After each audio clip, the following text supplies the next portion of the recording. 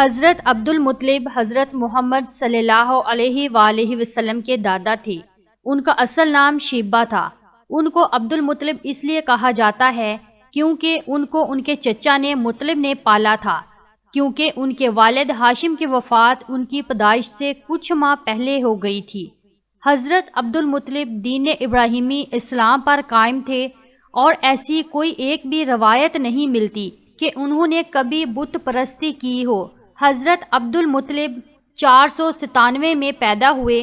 ان کے والد کا نام ہاشم بن عبد المناف اور والدہ کا نام سلمہ بنت عمرو تھا۔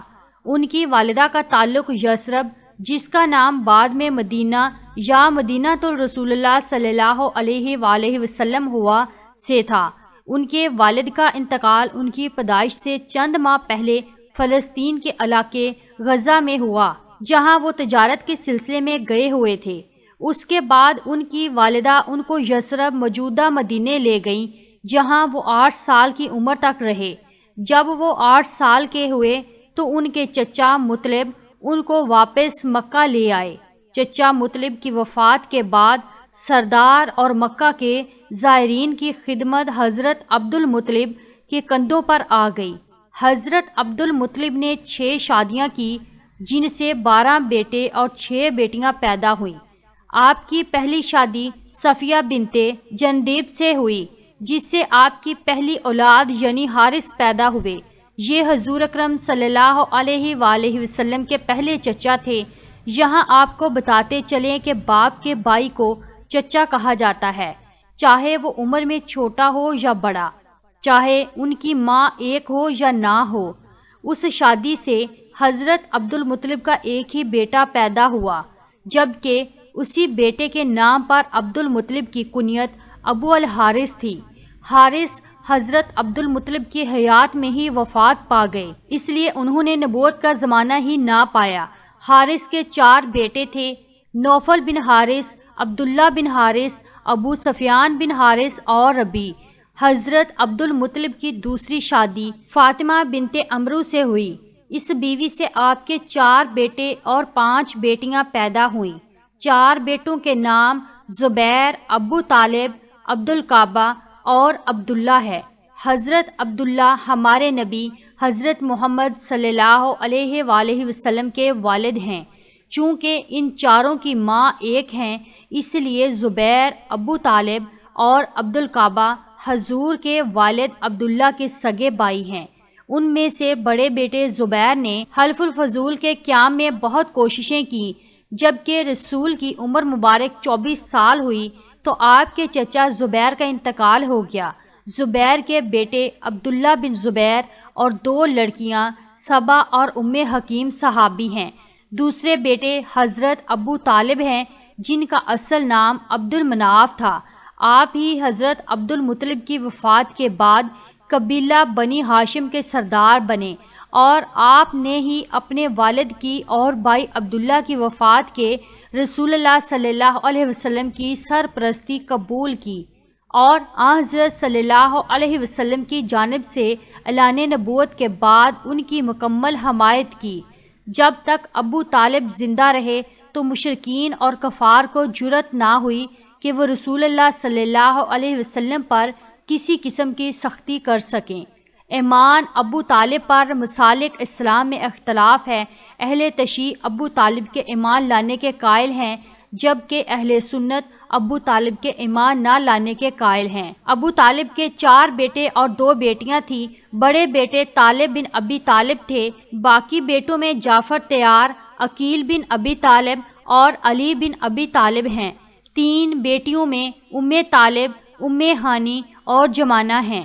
چونکہ پہلے بتایا جا چکا ہے، حضرت عبد المطلب کی دوسری شادی فاطمہ بنت عمرو سے 4 لڑکے زبیر، ابو طالب، عبدالکعبہ اور عبداللہ پیدا ہوئے۔ عبدالکعبہ کا نام روایت میں مکوم بن عبد المطلب بھی آیا ہے۔ انہوں نے نبوت کا زمانہ نہیں دیکھا اور اعلان نبوت سے پہلے فوت ہو گئے تھے۔ حضرت عبد المطلب کی تیسری شادی لبنہ بنت حاجرہ سے ہوئی۔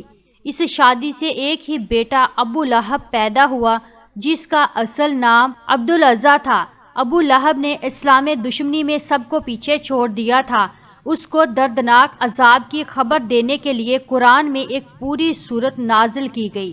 حضور صلی اللہ علیہ وآلہ وسلم کا چچا ہونے کے باوجود اس نے اعلان نبوت کے بعد کبھی نبی پاک صلی اللہ علیہ وسلم کا ساتھ نہ دیا، بلکہ اس نے اور اس کی بیوی نے نبی پاک صلی اللہ علیہ وسلم کے لیے کانٹے بچھائے اور آخر یہ دردناک موت سے چوت کی بیماری میں فوت ہوا، یہاں تک کہ اس کو دفنانے کے لیے اس کے قبیلے کا کوئی فرد نہ آیا اور اس کو ایک گھڑے میں پھینک کر اوپر سے پتھر پھینک دیے گئے۔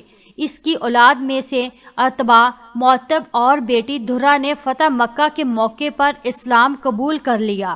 حضرت عبد المطلب کی چوتھی شادی حالہ بنت توہیب سے ہوئی، جس سے حجل اور حضرت حمزہ 2 بیٹے اور حضرت صفیہ 1 بیٹی پیدا ہوئی۔